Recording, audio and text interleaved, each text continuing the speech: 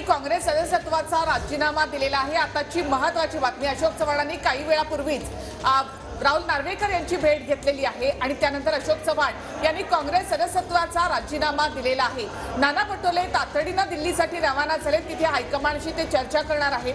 तर इथे अशोक चव्हाण यांनी विधानसभा अध्यक्षांची भेट घेतली आणि त्यानंतर काँग्रेस सदस्यत्वाचा राजीनामा त्यांनी दिलाय। त्यामुळे अशोक चव्हाण भाजपत प्रवेश करणार अशी जोरदार चर्चा सध्या आहे आणि हेच ते पत्र आहे अशोक चव्हाणांनी दिलेलं।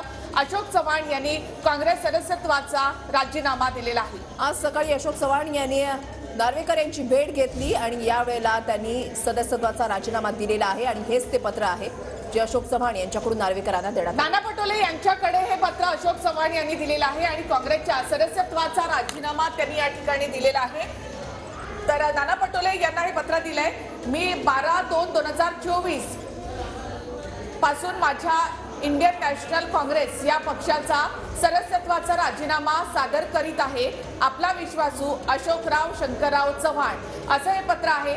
12 तारखेला म्हणजे आज अशोक चव्हाण यांनी आपला सदस्यत्वाचा राजीनामा दिलेला आहे।